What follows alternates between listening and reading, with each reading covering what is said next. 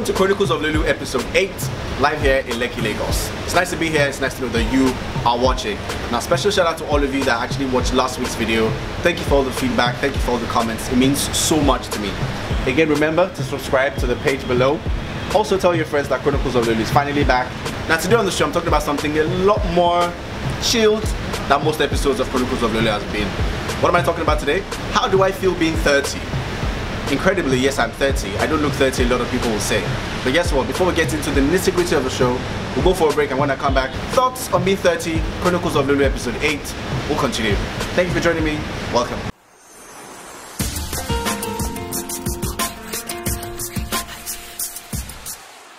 Hi everyone, welcome back to Chronicles of Lolu episode 8. Now, like I said earlier, my thoughts on turning 30. How do I feel being 30? To be honest with you, I still feel very, very 22, or maybe 21, even though many would argue that I look like 18. Good genes. Wonder where my mom and my dad met themselves. Food for thought. But anyway, how do I feel? I feel very responsible. I feel very alive. I feel the need to enjoy my life, because I feel like, you know, I've had to sacrifice a lot growing up. I feel very, very aware of my actions and the consequences of my actions.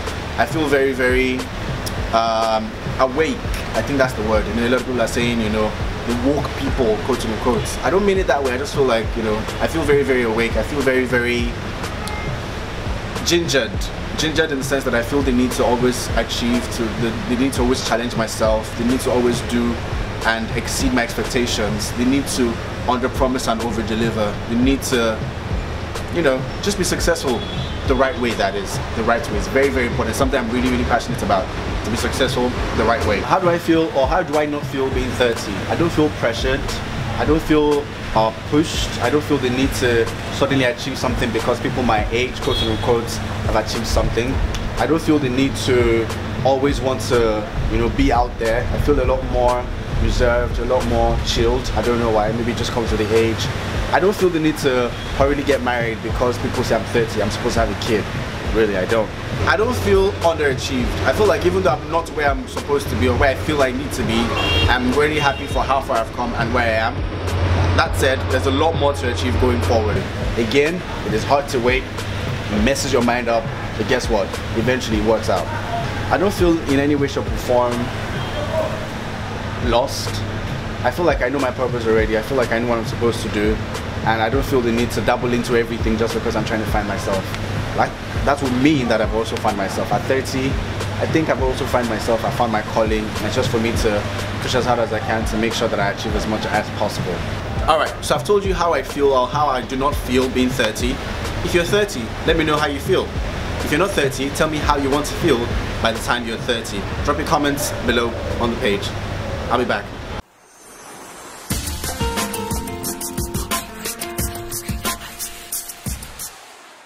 Okay, so question now is lessons learned at my age, 30. Quite a number actually. I think the first lesson I learned would be that irrespective of how hard you try, some things are just not meant to be. No matter how hard you try, some things are not meant to be. I learned that the hard way, and it took me a while for me to actually accept that. Another lesson I've learned being 30 is that talent really isn't enough. Sometimes you need to push yourself harder, you need to work harder, you need to learn, you need to train, you need to relearn, you need to retrain. The best footballers today, the best programmers today, the best actors, the best actresses, the best speakers, the best people in the world today didn't just rely on that talent. They had to learn, they had to relearn, they had to coach, they had to recoach, they had to work, and they had to work harder than most people to develop their talent. So again, talent is never enough. So commitment and hard work will get you there. I've also learned that persistence is key. If you want something, you have to be persistent. Work hard, push harder, push as much as you can till you have nothing left. When you have nothing left, then you can let it go. But then again, that's based on different scenarios and different provisos. But persistence is very, very key. You need to be very persistent. That's something I've learned. What else have I learned in 30? As cliche as this might sound, I actually learned that nothing good will come easy. Nothing good ever comes easy.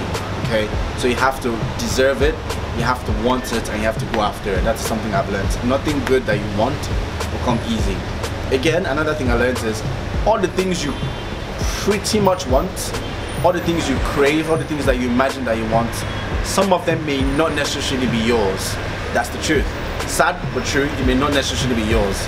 Okay, that's one thing for you to want something, there's one thing for you to need something, but it may not necessarily be yours. Another side to that is, it may not just be time yet.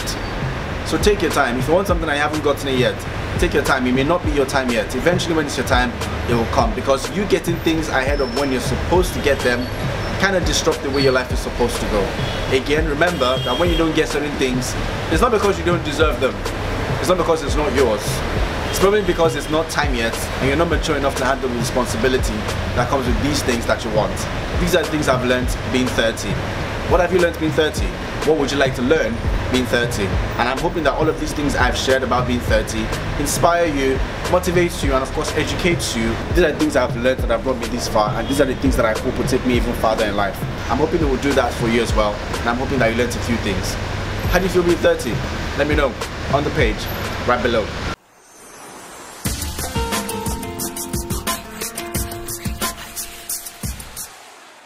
Now on today's episode of Chronicles of Lolu, I'm sharing my thoughts on turning 30.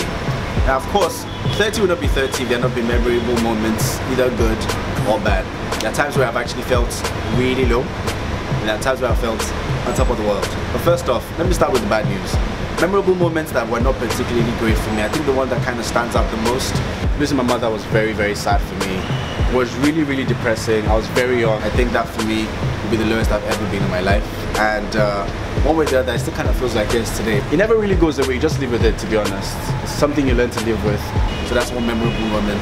Another sad memorable moment for me would be when I actually had to get out of certain relationships that I've put a lot into. Over time in my life, I've been very, very committed to making relationships work. And there are some of them that didn't particularly turn out right. You know, when you invest so much in a relationship, and one way or the other, it just doesn't work out, and it just ends. I shed a few tears here and there, but I mean, we learn and we grow, we move every day. Yeah, men cry. Don't let them tell you otherwise. Men cry. And another one that actually sticks out would be, it was a bittersweet experience when my sister moved from Nigeria. She got a job and she had to move, and she had to move really far away. And you know, it was sad because technically I'm left here in Nigeria all by myself. But then again, thank God for technology. You know, we'll talk as often as possible. It was a bittersweet experience, but I remember the day she left, I shed a tear or two as well. I wish her all the best. My darling lady, I love you so much, and I wish her all the best. Don't come back home yet.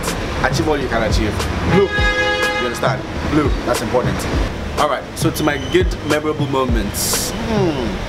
Actually, quite a few, to be honest. First would be making my first million. Second would be being the first ever undergraduate from my university to work at a particular investment bank in London. Let's see, I think winning competitions, especially quiz and debate competitions, as a very, very young child also kind of stands. I remember, I think I was 9 when we won a competition, and the seniors in my school put me around their neck and we were running around in the rain. Only God knows where they are now, but that was actually one that's, you know, stuck out for me. Let's see, getting on Big Brother, yeah, that was actually a really good one as well. I'd already tried twice before I got picked. Most people don't know this, but yeah, that's actually a very, very good one as well.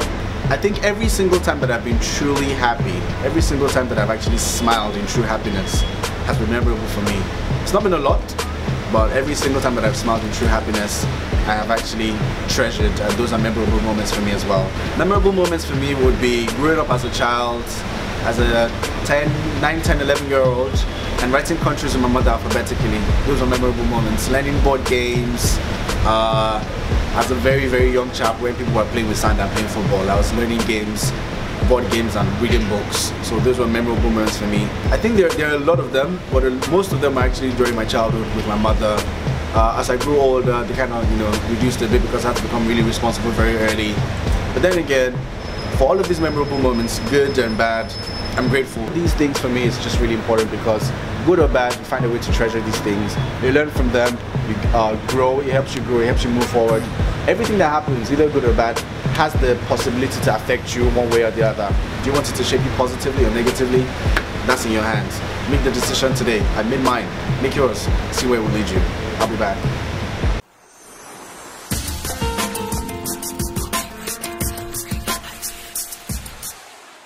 At different points in our lives, we have different to-do lists. At 18, it was different. At 25, it was different. I'm 30 now. It's different. So here are a few things on my bucket list, my to-do list now that I'm 30. One thing, number one, I desperately want to have a daughter. Eventually, not now, but eventually, I want to have a daughter so bad. It's something I'm really keen on doing in the very near future, definitely.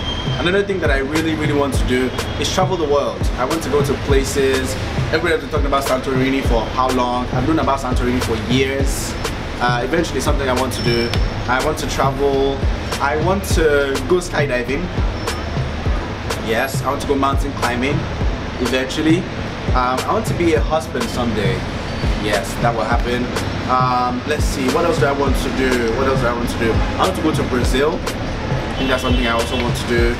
And I think the to-do list for me is to be a media mogul as well. Someday, one way or the other, maybe own a television or radio station or something. Philanthropy definitely something I would be more than happy to be involved in. It's also on my to-do list.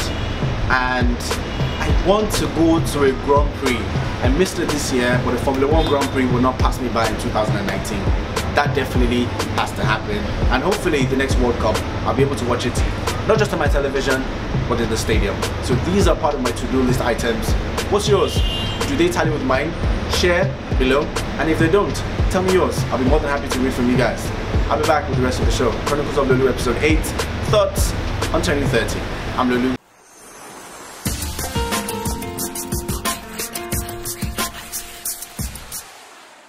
Like I said earlier, at certain ages in life, you have different mindsets and you have different ideologies about life and what you want to do. Good. But here's one thing I want to share with you. At different ages in my life, I could have told myself different things. I'm 30 now. Looking back at some ages, here are a few things that I told myself. One, when I was 18, and I told myself, Lolu, it's okay to be confused. It's okay to have to cry every night. Don't worry, it will make sense eventually. You're confused right now, but then again, it will make sense eventually. At 18, I told myself, don't be in a hurry. Don't compare yourself to other people. They are not running your race. All of you are running different races to one goal, success. So don't be quick to compare. Nobody is you and you will never be anybody else. The best part of you is that you are you. At 22, what I've told myself, you may be sad that your mom was gone, but you will never really go away, so you have to live with it. At 22, I'd have told myself, there's no harm in trying again. And if things don't work out, maybe they're not meant to. But if you try again and it still doesn't work out, focus your energy on something else. At 22, I'd have told myself, travel around the world. Try to see if you get into a Formula 1 team. You never could tell, you may be a Formula 1 driver someday. Yeah, maybe I should have told myself that at 22. And I told myself, try out for a Formula 3 team and work your way up into a Formula 1 team. Yeah, I think I should have told myself that at 22. At 25. At 25. At 25, I'd have told myself, work hard. You're paying your dues. It would eventually turn out for you positively. At 25, I would have told myself, you have to earn success. It won't just follow you. So everything you're doing right now will be worth it. At 25, I would have told myself, that girl didn't call you back. She would eventually call you someday. Yeah. At 25, I told myself that. At 25, I told myself, happiness is only your definition of what you want it to be. Nobody can define happiness for you. Happiness will just be exactly how you define it to be for yourself. These are the things I told myself when I was 18, 22, and 25. I hope that any 18-year-old watching, or any 22-year-old watching, or any 25-year-old watching learns from this. And if you're above these ages, what mindset did you have at 18? What would you tell your 18-year-old self? What would you tell your 22-year-old self? What would you tell your 25-year-old self? Let me know. And if you're not 25 yet, good for you. You can learn from all these things and be a better person. I'm more than happy to share all of my experiences with people, not because I want you to pity me, far from it. Not because I want to say, oh, he has been through a lot. But I feel like I'm at a point in my life where people can learn from me. I didn't have that many people to learn from growing up. And I feel like personally it would be better for me to share my knowledge with people so that they could learn from me and potentially have better lives and better experiences in life than I did. And I'm hoping that's the same for all of you watching. I hope you can learn, be inspired, and educate yourselves. Guess what?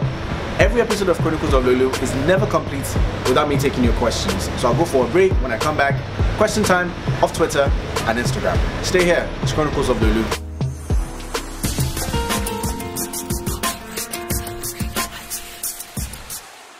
So question from people who are in Lagos is fine.